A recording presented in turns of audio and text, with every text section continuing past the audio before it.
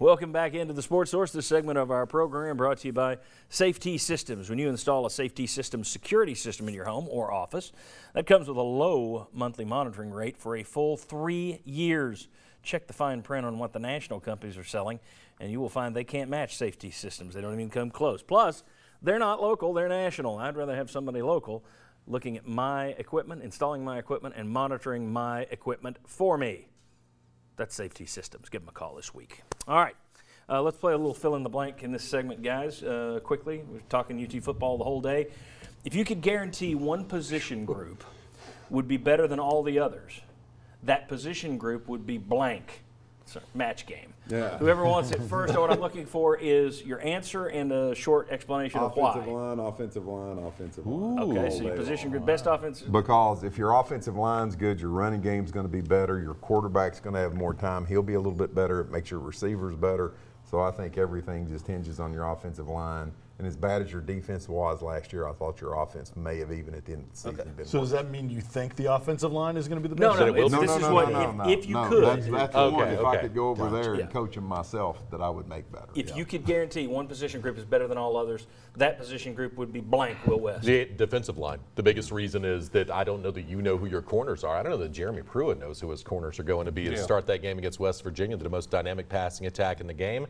So if you have the pass rush and defensive line that can get after quarterbacks, you help the corners a lot. Yeah, mine is defensive line as well. You have talented guys there from a recruiting standpoint, but either haven't been able to stay healthy or live up to their recruiting rankings. They don't have big numbers. They only have 9 after losing Brant Lawless, and half of them are newcomers.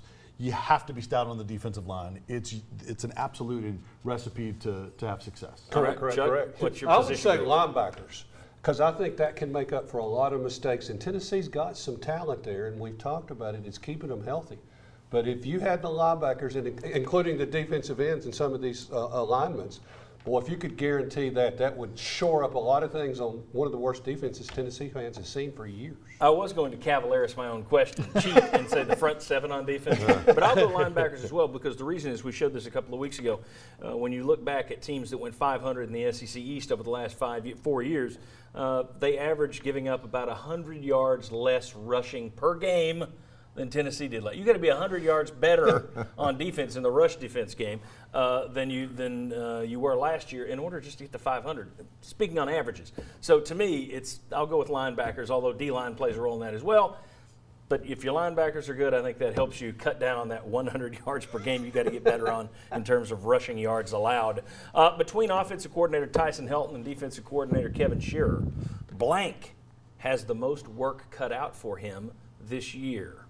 Tyson Helton, to me, clearly, lack of experience at doing that. The head coach has got the defensive part covered in his background. He's a really good defensive coordinator. How's this offensive staff going to mesh? Well, I'm getting a lot of questions right today. Chuck makes some great points. I would put a line through clearly, though. Because yeah, exactly. I think there's a good debate for both. The fact that he does have Pruitt helping is that's a good point. That Shearer does have Pruitt helping. Shearer also has 1 year of coordinating experience in calling plays. He did it at South Alabama. Now, Helton has been 1 year. 1 year. One lone year. At South Alabama.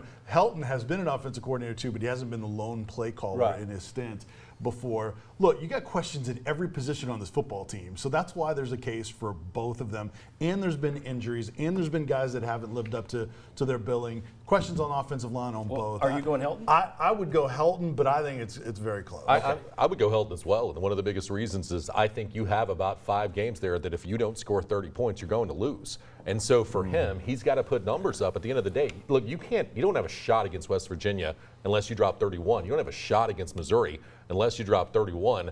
Look at the teams that are up. Georgia is going to put points up. I mean, right now, this is where the SEC is now. It's not ball control offense. It's, tough defense and then explosive offense.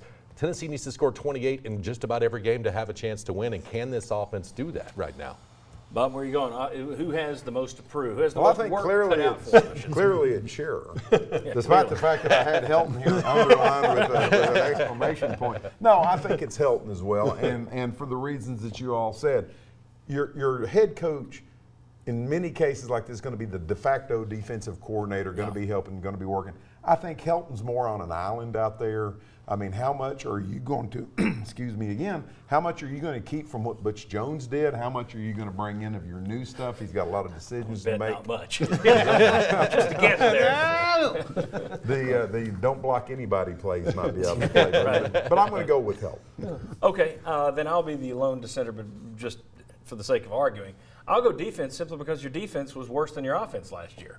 Your defense was historically bad. Your defense was up there in the sincerity level of bad. So I think you got a lot to make up for. Yes, Pruitt is there to aid Shearer. That could also be a negative, though.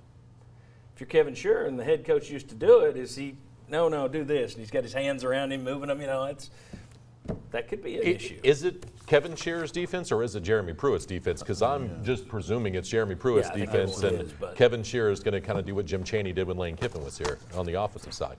All right, when we come back, who will Tennessee's MVP be? At the end of this year, who will be their most valuable player? Also, we'll look at a little high-end expectations here, how well we think this team could do. What will be Tennessee's best 2018 win? We got that, and then a little later we're going to look at the biggest obstacles for this team. We're going to take a look at some history that we asked the question, are we looking at this Tennessee program realistically? Lots to come on the Sports Source. Come on back.